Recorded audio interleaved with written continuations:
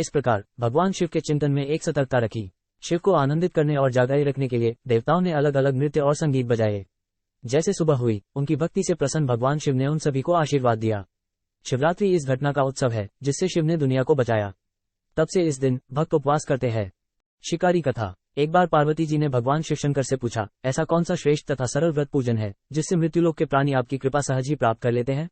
उत्तर में शिवजी ने पार्वती को शिवरात्रि के व्रत का विधान बताकर यह कथा सुनाई। एक बार चित्रभानु नामक एक शिकारी था।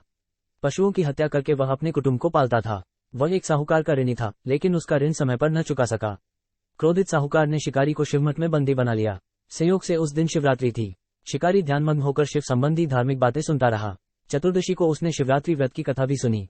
संध्या होते ही साहूकार ने उसे अपने पास बुलाया और ऋण चुकाने के विषय में बात की। शिकारी अगले दिन सारा ऋण लौटा देने का वचन देकर बंधन से छूट गया। अपनी दिनचर्या की भांति वह जंगल में शिकार के लिए निकला, लेकिन दिन भर बंदी गृह में रहने के कारण भूख प्यास से व्याकुल था। शिकार करने के लिए वह एक तालाब के किनारे बेल वृक्ष पर पड़ाव बनाने लगा।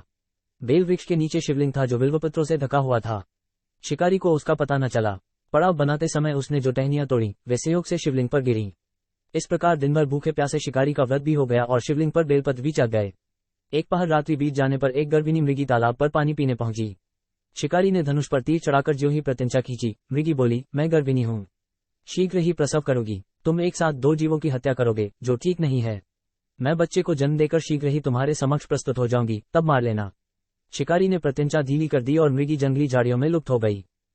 कुछ ही देर बाद एक और मृगी उधर से निकली। शिकारी की प्रसन्नता का ठिकाना न रहा। समीप आने पर उसने धनुष पर बाण चढ़ाया। तब उसे देख मृगी ने विनम्रतापूर्वक निवेदन किया, हे पारधी, मैं थोड़ी देर पहले ऋतु से निवृत्त हुई हूँ, कामातुर विरहिणी हूँ, अपने प्रिय की खोज में भटक रही हूँ। मैं अपने पति से मिलकर शीघ्र ही तुम्हारे पास आ जाऊंगी। शिकारी ने उसे भी जाने दिया। 2 बार शिकार को खोकर उसका माथा ठनका। वह चिंता में पड़ गया। रात्रि का आखिरी पहर बीत रहा था। तभी एक अन्य मृगी अपने बच्चों के साथ उधर से निकली।